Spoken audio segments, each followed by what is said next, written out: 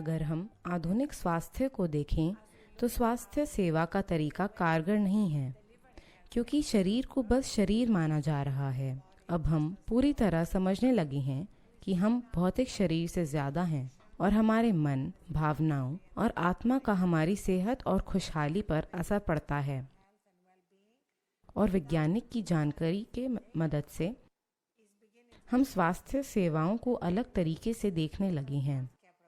अभी अमेरिका में सेहत पर 75% खर्च उन लंबी चलने वाली बीमारियों पर होता है जिन्हें रोका जा सकता है, जिनमें से कई तनाव से जुड़ी हैं।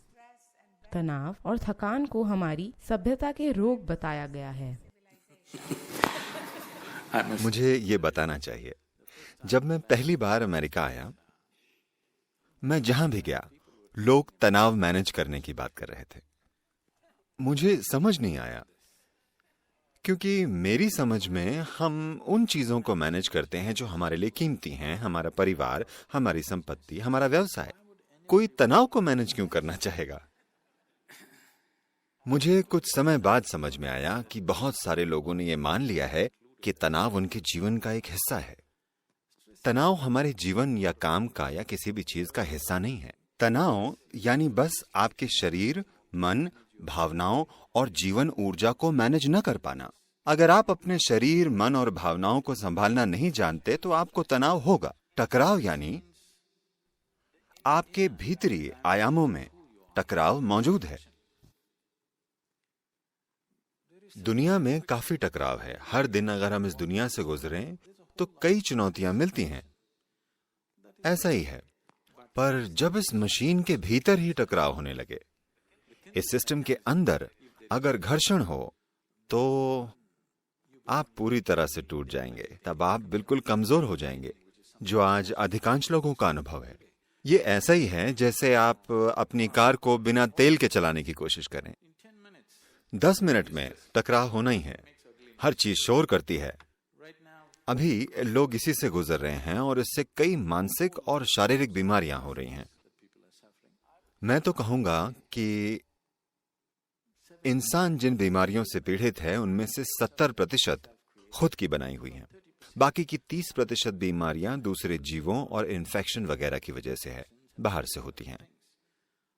हो सकता है कि इनमें से कुछ, जैसे जन्म से ही लोगों में कुछ प्रवृत्तियां होती हैं, पर कम से कम 70% खुद की बनाई हुई हैं, जिन्हें आसानी से पलटा जा सकता है, बस अगर हम व्यक्तिगत इंसान पर काम करें।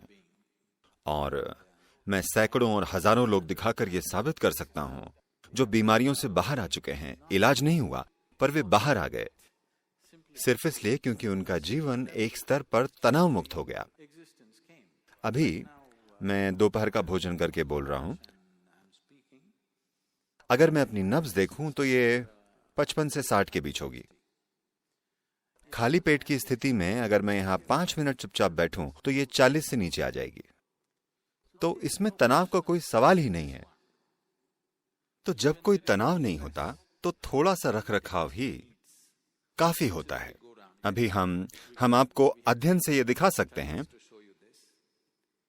एक सरल 15 मिनट की ध्यान प्रक्रिया से सचेत अवस्था में आपका मेटाबॉलिज्म 24% तक गिर जाएगा। सचेत अवस्था में यह दिखाने के पर्याप्त अध्ययन है कि मानव सिस्टम को काम करने के अधिक आसान तरीके पर लाया जा सकता है ताकि ये बेचैनी से काम न करे। अभी लोगों को हर काम के लिए खुद को ऐसे पंप करना पड़ता है। नहीं, You can propel yourself very gently. You can propel yourself. खुद को आसानी से आगे बढ़ाया जा सकता है। आसानी यानी जरूरी नहीं कि आप किसी से पीछे होंगे, जरूरी नहीं कि आपके काम का स्तर कम होगा। मानव तंत्र से अलग अलग स्तरों पर काम कराया जा सकता है। अगर आप अपने अंदर एक तरह की शांत स्थिति में हैं, अभी मैं ऐसा बना हूं कि मैं अगर आंखें बंद करूं तो दुनिया मेरे लिए गायब हो जाएगी, ये मेरे लिए मौजूद ही नहीं होती। तो आप अपने सिस्टम को कैसे रखते हैं, यह बहुत महत्वपूर्ण है। अभी हम यहां हैं, ये विश्व शांति दिवस है। अगर शांति होनी है तो इसे इंसान के अंदर होना होगा। मानव समाज में हम जो भी देखते हैं वो अलग अलग इंसानों के मन में व्यक्त होने से ही बनता है।